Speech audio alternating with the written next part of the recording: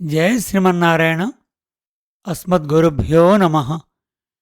నౌమీడ్యతే భ్రవపుషే తటిదంబరాయ గుంజావతంస పరిపించల సన్ముఖాయ వన్యస్రజేకబలవేత్ర విషాణవేణు లక్ష్మశ్రియే మృదుపదే పశుపాంగజాయ. ఓ దేవా, కొనియాడదగిన వాడవు నీవే. మేఘం వంటి దేహము గల నీవు మెరుపు వంటి వస్త్రము దాల్చితివి. నీ ముఖము గురువింద గింజల కర్ణాభరణములతో చుట్టూ నెమిలి పింఛములతో శోభిల్లుచున్నది. అడవి పువ్వుల మాలను వేసుకున్న నీవు చేతిలో అన్నపు ముద్దను, బెత్తమును, కొమ్ము బూరాను, పిల్లన గ్రొవిని పట్టుకున్నావు. నీ వక్షస్థలం పుట్టుమచ్చతో ప్రకాశించుచున్నది. గోపాలకుడగు నందుని పుత్రుడవైన నీ పాదములు మృదువైనవి. నీకు నమస్కారము. 10th Canto 14th Chapter first prayer. భగవద్బంధులారా, శ్రీమద్ భాగవత తత్వదీపిక పంచమ స్కంధము 4వ పాడ్కాస్ట్లో స్వాగతం. ఇంతవరకు ప్రియవ్రత చరితంలో ఆయన యొక్క కొడుకైన అగ్నిధుడు కొడుకుైనటువంటి నాభి తనకు సంతానం లేదని తను యజ్ఞము చేయటము చేసినప్పుడు శ్రీహరి వచ్చిన తర్వాత శ్రీహరిని ప్రార్థించటము, తన వైపునటువంటి ప్రజలంతా కూడాను ఆ విషయాన్ని మనం తెలుసుకున్నాం.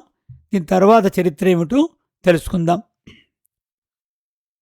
ఇట్లు ఋత్విక్కులు స్తోత్రము చేయగా సంతసించిన భగవానుడు ఋత్విక్కులచే స్తోత్రము చేయబడిన వాడై, నాభిచే స్తోత్రము చేయబడిన వాడై ఇట్లు పలికెను. ఓ ఋషులారా, మీరు సత్యవచనులు. మీరు సాధింపజాలనిది ఏదియునూ లేదు. మీ వాక్కులు సత్యములై ఫలించును.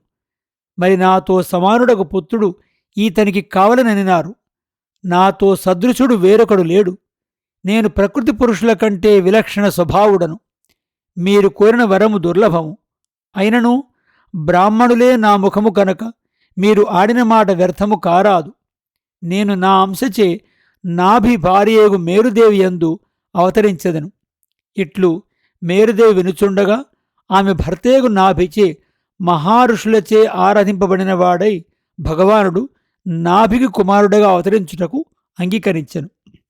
అతడే లోకమునకు ధర్మమును ప్రకాశింపచేయగలడు. తపస్సాలురకు, బ్రహ్మనిష్ఠాశీలురకు ధర్మములను విషదపరచువాడగును. భగవానుడే మేరుదేవి యందు అవతరించెను.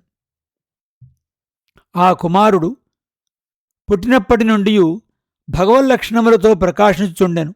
ఇంద్రియ నిగ్రహము, వైరాగ్యము మొదలగు గుణములతో విరాజిల్లుచుండెను. ప్రతిదినము ఆయన ప్రభావం వృద్ధి పొందిచుండుట చూచి మంత్రులు, ప్రజలు, బ్రాహ్మణులు, దేవతలు ఈతడు భూమండలమును పరిపాలించిన బాగుండును అని భావించుచుండిరి. అతని దేహము సత్వప్రధానమై బలము గలదై ఉండెను. మంచి గుణములు కలవాడై, మంచి నడవడి గలవాడై, ఇతరులను తిరస్కరింపజాలిన వీర్యము, యుద్ధములోనికి నిర్భయముగా ప్రవేశించగల శౌర్యము గలవాడై ఉండెను. అన్నిటిలో అతడు శ్రేష్ఠుడుగా ఉండుటచే వృషభుడు అని అతనికి నామధేయము తండ్రి ఏర్పరచెను.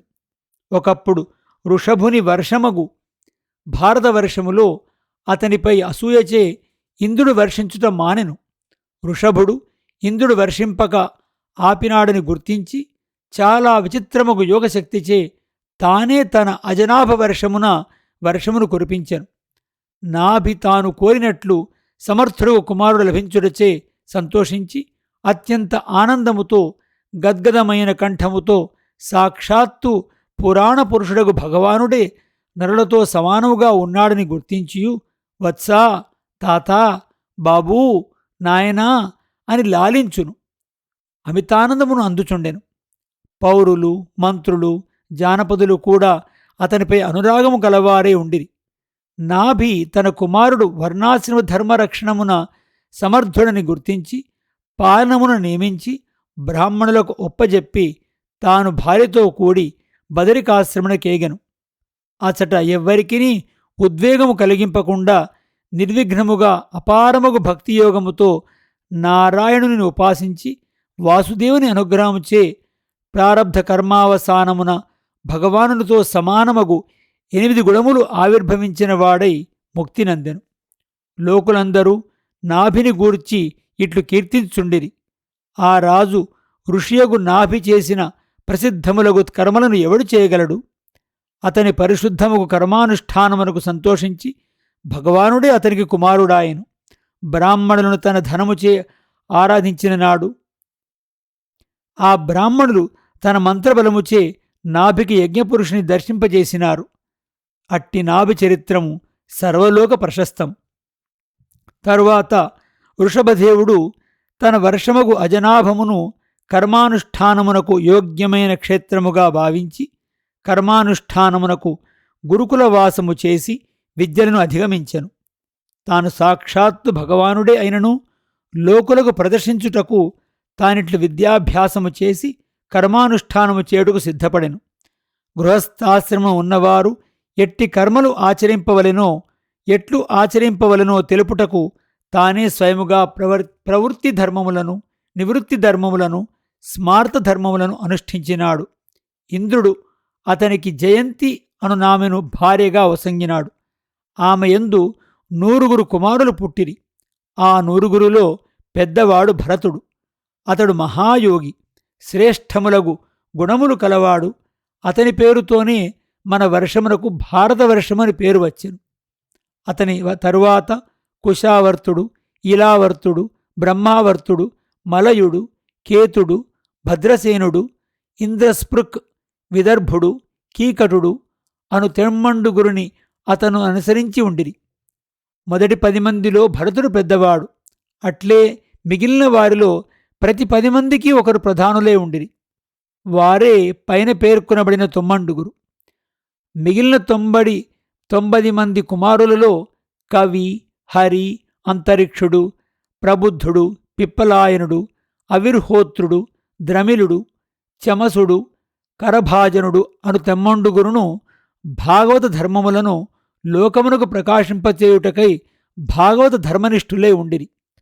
వసుదేవునితో నారదుడు మాట్లాడినప్పుడు వారి చరిత్రములు 11వ స్కంధమున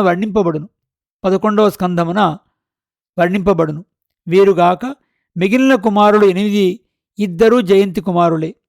వారు తండ్రి ఆజ్ఞను పాలించువారలై గార్హస్థ సంపదతో నిండి ఉండిరి. వారు వేదాంగములను అధ్యయనము చేసినవారు, యజ్ఞములు ఆచరించినవారు, మంచి నడవడి గలవారలై బ్రహ్మనిష్ఠులై విరాజిల్లిరి. వృషభుడు స్వతంత్రుడు అనగా కర్మపరతంత్రుడు కాడు. అందుకే అతనికి సుఖదుఖానుభవము ఉండేది కాదు. దుఃఖముతో కలియని ఆనందము అనుభవించుచుండెడివాడు. అతడు సాక్షాత్తు ఈశ్వరుడే అయి ఉండియు ప్రాకృత మానవుని వలె వర్ణాశ్రమ ధర్మములను ఆచరించెడివాడు. ధర్మాచరణమును తెలియని వారికి ఆచరణమును తెలియచేసేడివాడు. అతడు సర్వభూతములందు సమభావము గలవాడు. రాగద్వేషాదులచే కలుషితముగాని చిత్తము గలవాడు. సర్వభూతములందు మైత్రి చూపెడివాడు. ఇతరుల దుఃఖమును చూచి ఓర్వలేని కారుణ్యము గలవాడు. ఇట్లు లోక శిక్షణమునకై గృహస్థుడే ఉండెను. లోకమున శ్రేష్ఠుడు ఏది ఆచరించినా దానిని అనుసరించి ఆచరించుచుందురు. అందుచే వృషభుడు లోకులకు ఆదర్శముగా ప్రవర్తించుచుండెను. తాను ఎరింగినను రహస్యమైన వేదగుహ్యమును బ్రాహ్మణులను అడిగి తెలుసుకొనుచుండెడివాడు. వారు చెప్పినట్లు సామదాన ఉపాయములతో జనులను పరిపాలించుండెడివాడు. యజ్ఞములను ఆచరించినప్పుడు అందు ఉపయోగించవలసిన ద్రవ్యములను, దేశమును, కాలమును, వయస్సును, శ్రద్ధను, ఋత్విక్కులను, విధానములను శాస్త్రంలో చెప్పినట్లు పాటించి యజ్ఞములను చేసెడివాడు. ఇట్లు 100 యజ్ఞములు చేసెను. వృషభుడు భరతవర్షమును పాలించుచుండగా ప్రజలలో ఏ ఒక్కరునూ తమకు లేనిది వేరొకరి నుండి పొందవలసి ఉన్నదని భావించడివారు కారు. ఎవ్వరినీ హింసించడివారు కాదు. భగవానుడగు వృషభదేవుడు ఒకప్పుడు బ్రహ్మావర్తమునందు బ్రహ్మర్షుల సభలో ప్రజలందరూ వినుచుండగా శ్రద్ధతో వినుచున్న వినయశీలురగు తమ కుమారులకు ఈ విధముగా ధర్మములను ఉపదేశించెను. ఓ రాకుమారులారా, దేహధారులకు ప్రాణులకు ఈ మనుష్య దేహము దుర్లభము. దీనిని పొంది అమేధ్య భక్షణము చేసడి సూకరాదులు కూడా అనుభవించడి కామములను అనుభవించుచుండుట తగదు. కావున ఓ పుత్రులారా, ఈ శరీరముతో దివ్యమైన తపస్సు చేయవలెను. భగవంతుని గూర్చి ధ్యానము చేసినచో భగవదారాధనచే సంసారము తొలుగును, అంతఃకరణము పరిశుద్ధమగును, అనంతమగు బ్రహ్మసుఖము లభించును. కామములను అనుభవించినచో దుఃఖహేతువగు సంసారము లభించును. భగవదారాధన చేసినచో మోక్షము లభించును. మహాపురుషుల సేవ ముక్తికి మూల కారణము. స్త్రీలోలురగు వారి సంగము అజ్ఞానమును పెంపొందించు ద్వారము. అందుచే మనము ఆశ్రయింపదగినది మహాపురుషులచే గాని స్త్రీ వ్యసనము గల వారిని కాదు. మహాపురుషులు సుఖము లభించినను దుఃఖము లభించినను చిత్తము చెలింపక ఉందురు.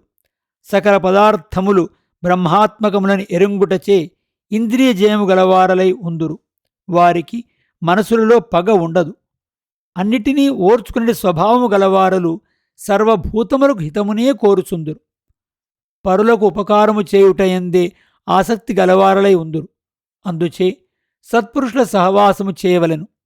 సర్వ శరీరములలో ఉన్న జీవులలో అంతరాత్మగా ఉన్న నియామకుడైన భగవానుని యందు ప్రీతి గలవారలై ఉందురు. అట్లు ప్రేమించుటకు వేరొక ప్రయోజనం లేని వారలై ఉందురు. అట్టి మహాపురుషులు శరీరమును పోషించుకొనుటకై చేయి వ్యాపారములయందే రుచికలవారలై ఉండరు. అధర్మ విషయమైన ప్రవృత్తి వారికుండదు.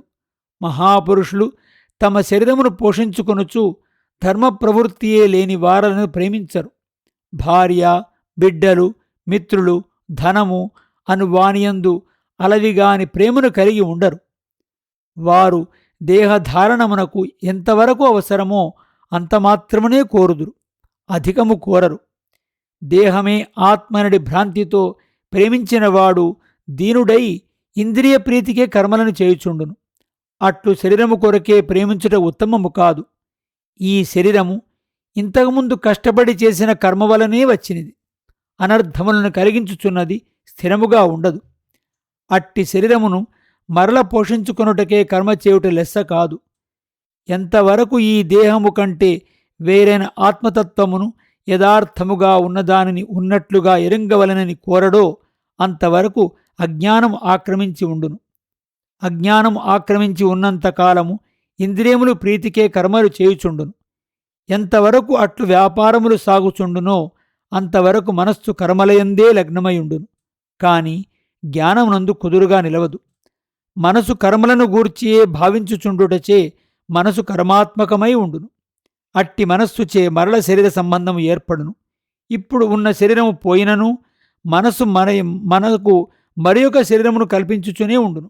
ఈ విధంగా దేవ మనుష్యాది శరీరములతో కూడిన తననే తానుగా భావించును గాని వేరైన ఆత్మస్వరూపమును ఎరంగా జాలక కర్మలు ఆచరించుచు కర్మలచే ఏర్పడిన వాసనలచే శరీరములో తిరుగుచుండును. ఇట్లు భ్రమించుచుండగా మను కర్మవశమై ఉండును. అట్టి కర్మలనే మరల చేయుటకు ప్రేరణ కలిగించుచుండును. వాసుదేవునియందు భక్తి గలవాడు వాసుదేవుని భక్తి కలిగిన నాడు గాని అవిద్య, కర్మ, వాసనాదేహ సంబంధములు వదలవు. అందుచేత స్వర్గమును తనగా తాను పొందవలసిన పురుషార్థమును జీవుడు ఎరంగవలెను. స్వాత్మ, పరమాత్మ యథార్థ జ్ఞానమును అనుసంధించుకొనుచుండవలెను.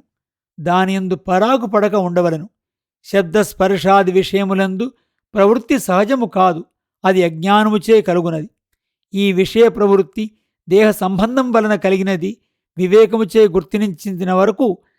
గుర్తించినంత వరకు తనను గూర్చియు పరమాత్మను గూర్చియు స్మృతి లేక మరచిన వాడే ఉండును. దానిచే అజ్ఞానము ఆవరించును. అజ్ఞానముచే స్త్రీ పురుష సంగముచే కలిగడి సుఖమే ప్రధానమని భావించి దానికి అనుకూలముగా ఇంటిలో ఉండెడు దుఃఖములను అనుభవించుచుండును. జీవునకు కర్మ సంబంధం ఎప్పుడు ఆరంభమైనదో తెలియదు. ఆ కర్మ విషయాన్ని, ఎలా కర్మబంధం ఉందో అది రెండవ భాగంలో వృషభదేవుని యొక్క ఉపదేశాన్ని మనం విందాం. జై శ్రీమన్నారాయణ. అస్మద్గురుభ్యో నమః.